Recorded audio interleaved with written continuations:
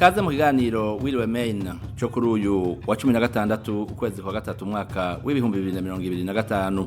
ukwezi kwa gatatu kuva mwaka w'1910 n'ukwezi kwitirirwa uburenganzira ubwigenge hamwe no kwishira no kwizana by'umukenyezi kw'isi yose. Mu biganiro vya kuno kwezi Amjambo Africa natwe ntitwatanzwe kwifatikanya n'abakenyezi n'abigeme mu guhimbaza umunsi wahariwe uba ku itariki ya 8 ukwezi kwa gatatu ku mwaka utashe hamwe no ku kwezi kwabahariwe. Kandi mu biganiro vya kuno kwezi tukazokwibanda ku bijanye n'ubwigenge n'uburenganzira no kwishira no kwizana by'abakenyezi. Tukaba twatanguriye kuri kino kiganiro c'umunsi dufatikanije na mugenzi wacu Bigoro Ernest ndayisaba, tukaba twavuganye n'abakenyezi b'Abarundikazi bahuriye hamwe ku itariki ya 8 kugira ngo biginane banibutsanye uruhara rwabo, ivyo bemerewe n'ivyo batemerewe, hamwe rero n'ukuntu boshirikirana ariko kandi badateza gusa imbere agateka kabo, banateza imbere agateka kabandi bose harimo n'abagabo.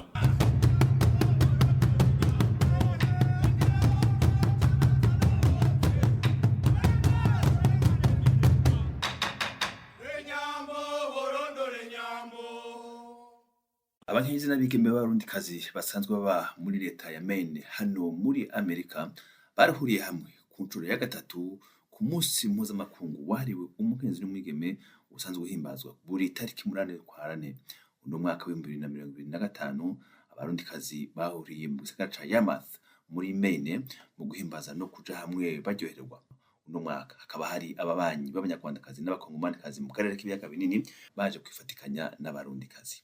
Amjambo Africa kuri mikro ya Eloge Willy Kaneza na Ernest ndayisaba baganiriye n'uwatanguje ico cyumbiro cy'ukoboza barahimbaza uwo munsi wahariwe umwigeme n'umukenyezi.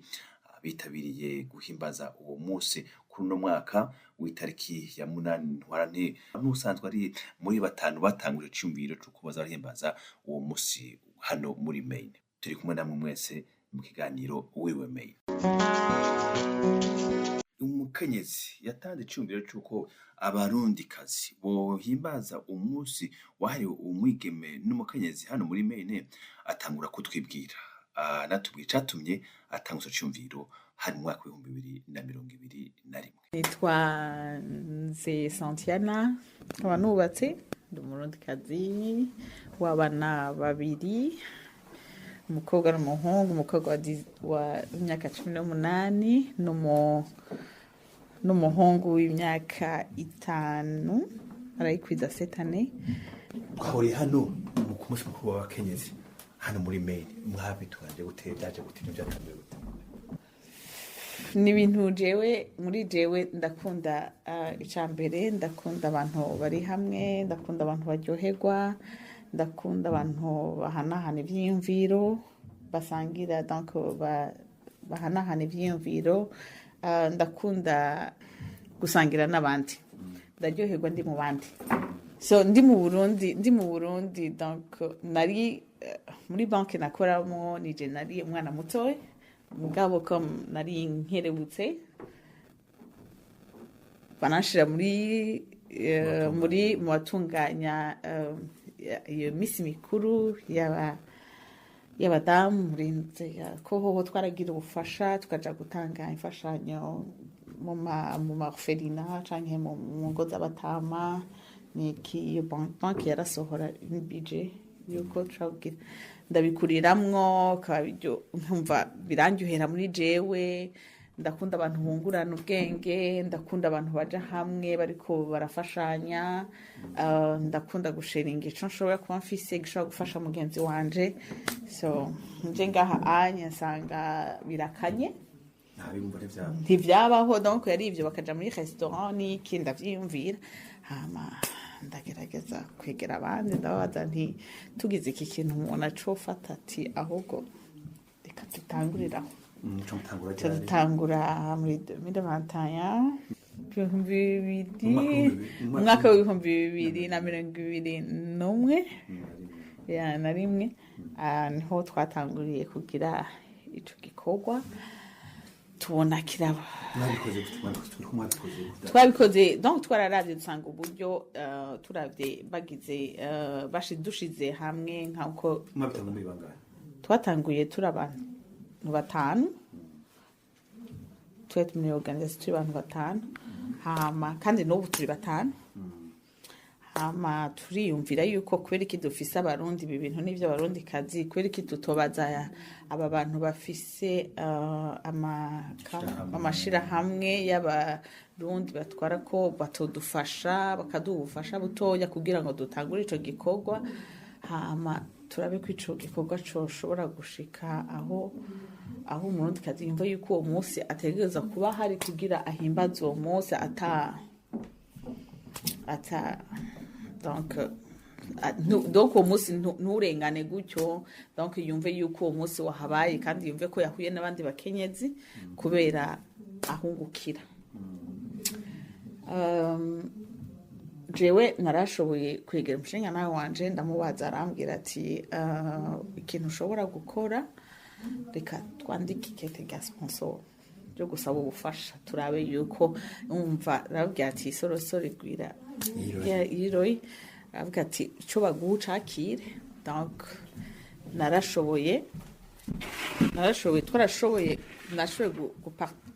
gusangiza ico ciyumvira abo turi kumwe muri organisation barambwira ati Santiana nukuri ni ikintu vyiza cane reka tuje ko turagerageza turarondera ayo makampani muzi yo muri mena twagwa n'abarundi baratwitaba baravyumva kubera harimwo abavyeyi babo bamama wabo harimwo abashiki babo harimwo donc inshuti n'abagenzi barumva ko ari ikintu gifashe baraduha ubwo bufasha turashobora gutangura mugabo turagira nako ga contribution ku ruhande kubera ubufasha ntibwari kirenga tuca turiyumvira ati none ikintu cobaryohera n'igiki twogira reka turabe harimwo abadandaza ngabo bamaze kugurura amashirahamwe adandaza babitanguye gute vyagenze gute turabahamagara hariho abamama ngaha bafasha abavyeyi nka Madame Claudette yaratubwiye ati arafasha abavyeyi bibungenze araduha ama information aravuga ati nanje noza nkabafasha ico kintu hariho na Ninette nawe nyene aravuga ati nanje uwo munsi noshobora kuba sinige no bivuga mu panelist muri uwo munsi mugabo bose bwabo byo kubwo twaronse nabo bantu tukabaronka bumva abagore baraganiriye barasangiye ivyiyumviro barahanahanye ijambo bumva ni ibintu biryoshe ca bitangurira ngaho donc ugasanga turiyumvira tuvuga ati ducree groupe kugira duteguye ikintu mwese mu bimenye dushobore gusangiza mugabo naho tudasangiza tuzohora tubishira no muri Beckham kugira ngo abatari muri iyi groupe nabo nyene babibone namwebwe mubwire abandi kubera imiryango iruguruye nta ne kuri umwe wese naho twatanguriye tubona bigenze neza mwaka wa 2023 umva n'ubu ntabwo bibagora cyangwa bibabati mu byo twifuza gushika ko nicyo kibagora muri none ibyo twifuza gushika ko pour le moment ntitwari bwiyumvira ibindi birebire twe ko turiyumvira uwo munsi donc wale 8 mars donc ko ari no wari imbere mu bisanzwe muri ivyo bintu byose mugabo ari ico dushoboye kumva kindi dushize hamwe tukumva yuko twotegura ikintu gikomeye twohamagara tukaba twobasangiza iciyumviro dufise tukumva yuko bagishimye ko ni vya twese turi hamwe hama tukaraba yuko dushobora kugira muri mene hari abanyarwandakazi hari muri Kongo n'abandi byose muhantu musaza mutemberana mwifuza ko muzamwe hamwe bose mukagura turabatumira twe n'uwanye turabatumira kandi n'ubu barahari muri urubanza yego kumva yuko ushobora kwifatanya n'uwundi mukenyezi pana kuvuga yuko ari umurundi yego turabarundi kazi babitanguye mugabo n'abanyarwanda barabigira mugabo twaravuze twege nta miryango yugaye uwifuza yuko yoza tukaja hamwe araza tugasangira yego Santiana utwumbitse ko iyo isari tabantu mwari kuronka n'abantu benshi barenze wiyumva gute mu mutima kubona ukoranje abakenyeje ijana urumva ryo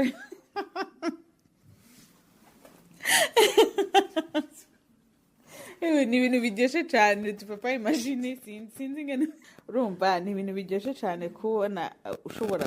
gukoranya abadamu abantu bangana gucyanye kandi wavyiyumviriye ari akantu gatoya ubusa mugabo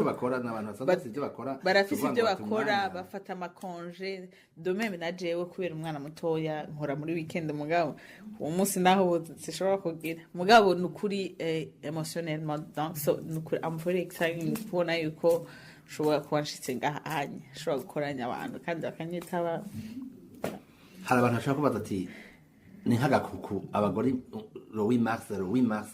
gukorana ni nk'agakuku uwo bishuriki oya navyagakuku gusa n'umunsi vraiment wo kuryoherwa kuja hamwe tukaryoherwa twese numva umenga nukuri yego n'abashinga naye bacu baravyumva kandi baratureka ko barabizi yuko turabagore bakomeye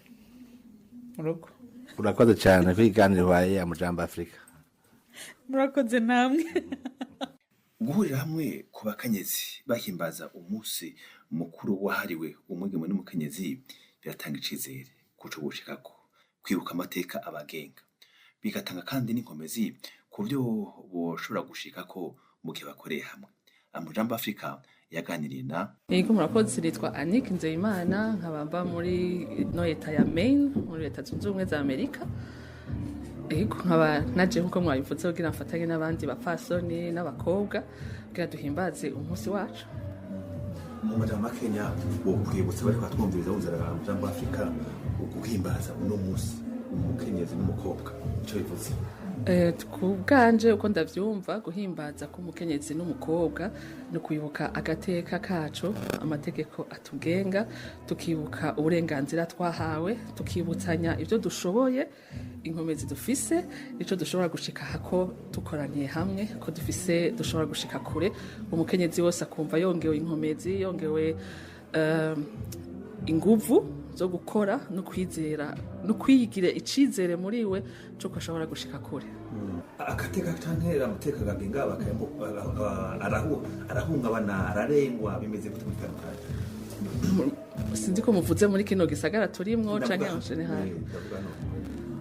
Sinzi ko novuga ntararengwa hano kino gihugu caragerageje gushiraho amategeko asana yumvikana kandi yoba anakingira umukenyezi ariko nkuko mubizi ntibitandukanye n'ahandi hose hariho nk'ibintu usanga umukenyezi ashobora kurenganywamwo ugasanga haro nk'ama position atoshobora gukora kuko ari umukenyezi bagira bati kumbura uyu uye tumuhaye iki kibanza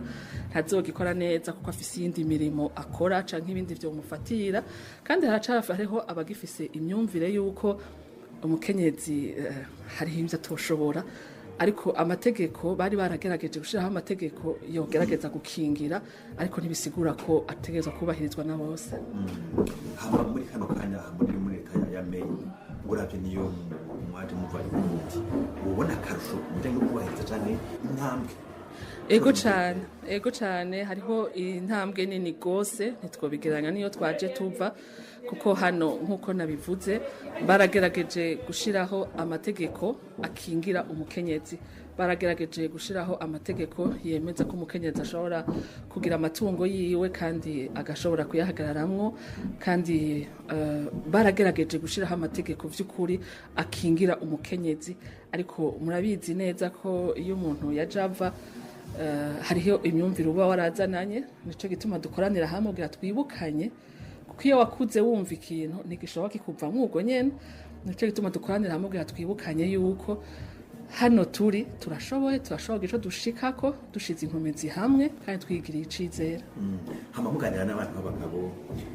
ibijanye no guharanira hagati y'umukenyezi hano muri ino leta ya Maine abo muganira cyangwa baganira babifata gute wowe? Babifata mu buryo butandukanye urumva abantu bashobora gufata ibintu kumwe nkuko navuze abava muri kijya gihugu ciwacu hariho imyumvire bari bafise hari uko babona ibintu kandi ivyo navyo si ibintu bihinduka umunsi umwe n'ibintu bifata umwanya ivyiyumviro rero biratandukanye hari abamaze gutahura bati umukenyezi arashoboye umukenyezi arafise inkomezi umukenyezi arafise ubwenge bakanagerageza kugira ngo babatere intege bashobore gukora ariko kandi ntawo kwirengagiza ko hariho n'abacibaza bati kumbure yoba vyiza areza abana kurusha agize ikindi kintu yokora nawe nyene n'ivyo navyo atari bibi. iyo umuntu hari n'agateka kiyo cyangwa abatira kwarakora ikintu hariho umashobora kubikora nabi cyangwa ugasanga ntiyakoze uko byagomba kugenda ntabwo ugasanga umukenzi haratinda hari n'agateka kanje batanya gutanga yagiye umuntu gatari wo. Yego cyane byose birashoboka nta muntu atokwihenda kuko hari n'igihe usanga wayifashe kutariko ugasanga kumbure warengeje urugero mu kubibaza kuri kurwanira ku gateka kawe ugasanga hari n'ivyo uri kurica. Birabaho cyane yuko hagira umuntu arenga kuco yategerezwa gukora ariko nico gituma twemera dukoranira hamwe kugira ngo twibukanye aho dutangurira naho duhereza ntihave hasanga umuntu ariko arabikora kutariko. Nico bira nk'umukenyezi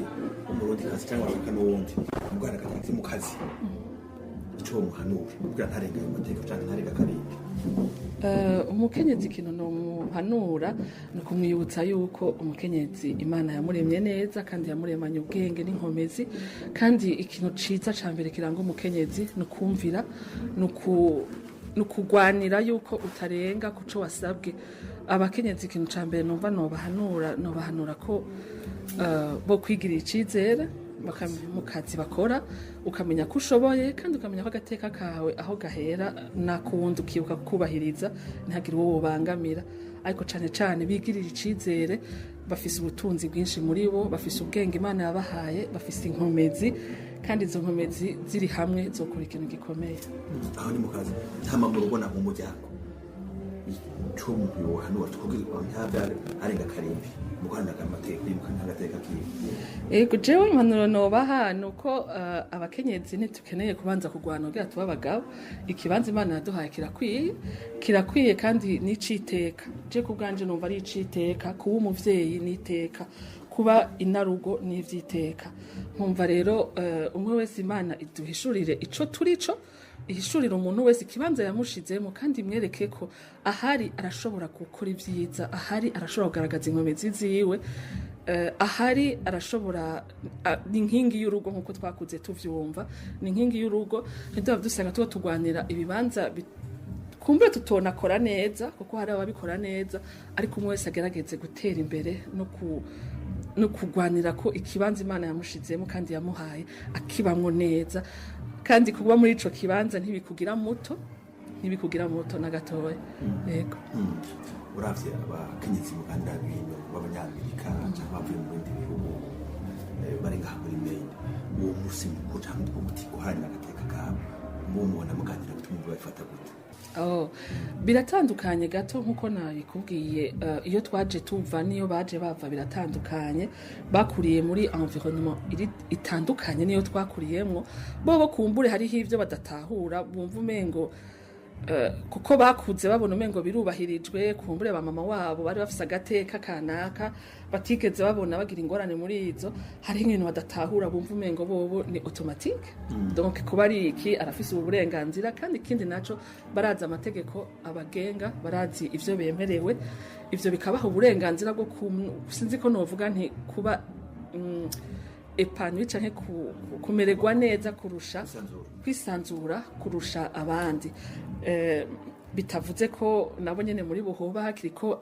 abagikanda bazo canke bakirifisubiye mwumvire ariko muri rusangi novuga nti bateye intambwe ituruta cyane.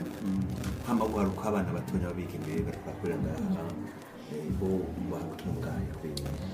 gwaruka je riko rakorera ngaha no impanuro no baha nuko batuhava basanga batwaye imico idakwiriye numva umenga ahantu uri urakuramwo ivyiza ugakuramwo nibibi ukagira ico usigarana ciwanyu ntibafate ngo bigane vyose kuko vyose vyabo si vyiza bibuke n'akaranga imico caho twaje tuva kuko yari myiza nayo nyene ibitari vyiza babikuremwo niba basanga bakiriye vyose byaba hano turi kandi nabo nyene bitabafashije vyose. Anike umuntu ashaka kwibaza ati akasanga kuku abagore 100 bakoranira hamwe bakambara imvutano ngo ariko bibuka umunsi mukuru wabo.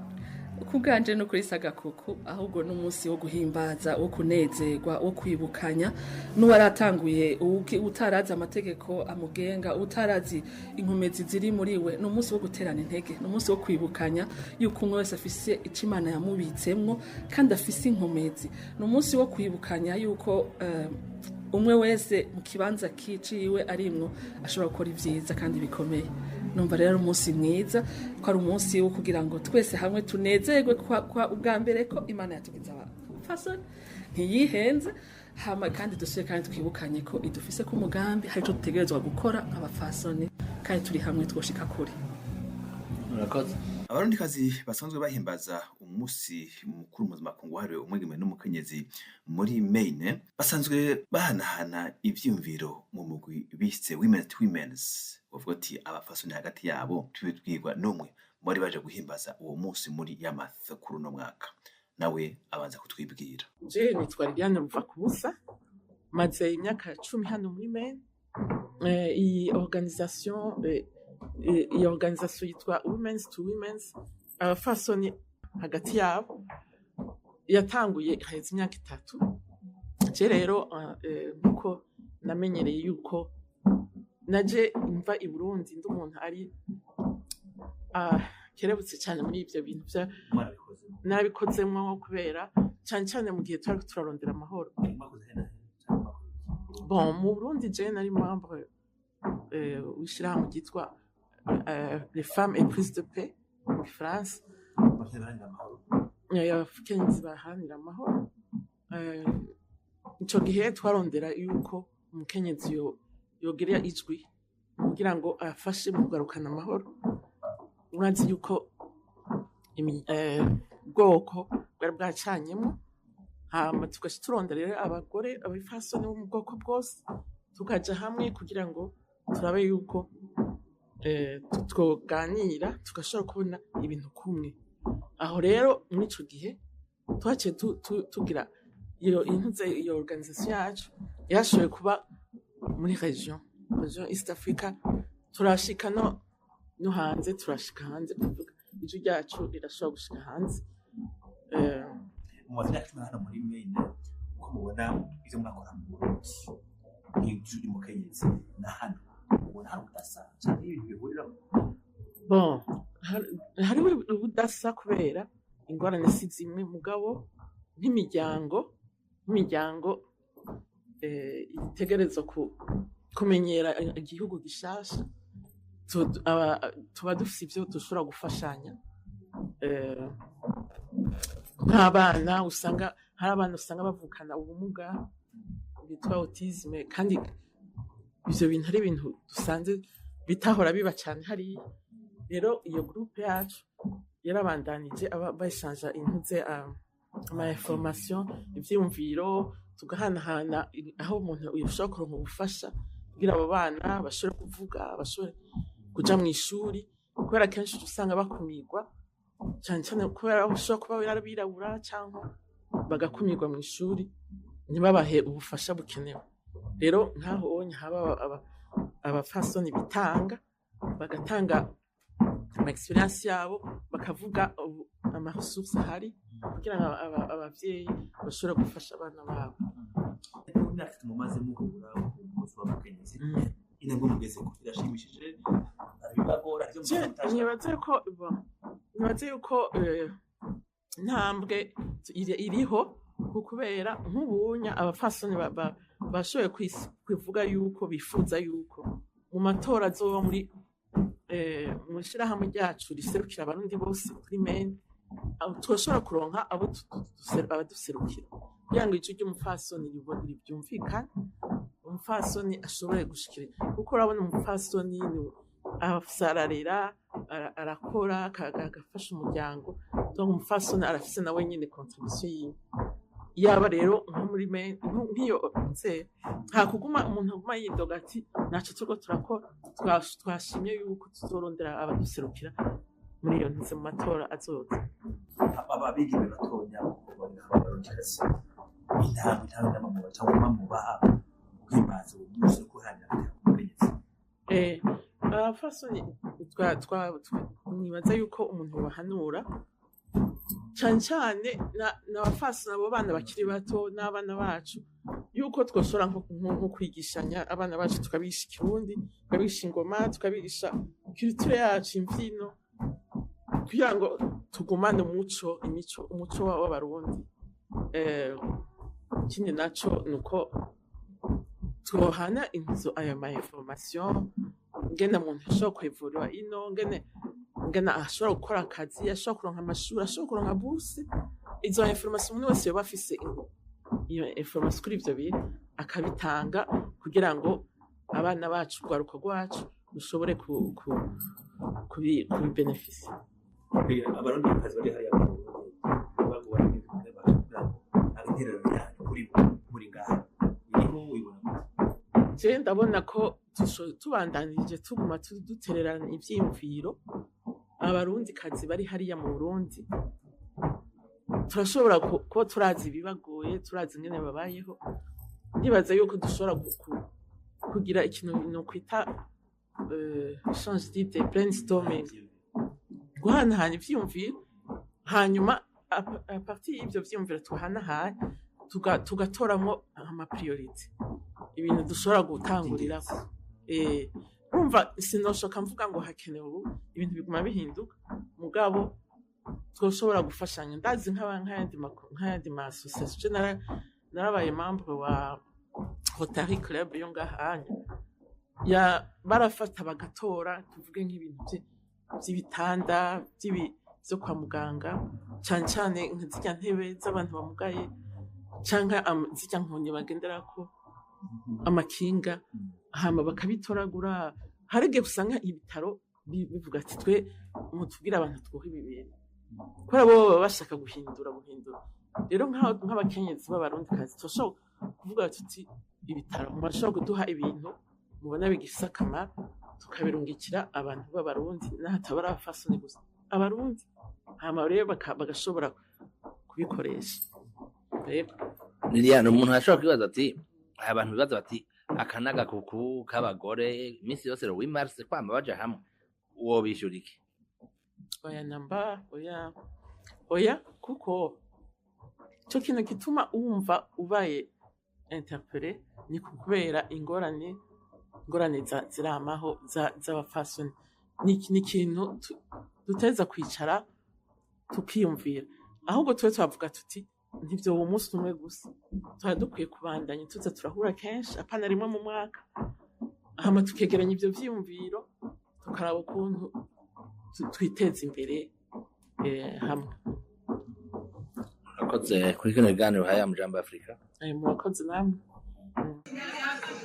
Mwakoze mwebwe mwese mwakurikiye ikiganiro WIRIWE MAINE cyo kuri uyu munsi ndabifurije kuranirwa mu byanyu no mu banyu nshimiye mugenzanje Bigoro Ernest ndayisaba yafashije kugitunganya akaba yafashije no gutorokanya amajwi. Ikindi kiganiro WIRIWE MAINE naho gutaha mu kwezi gutaha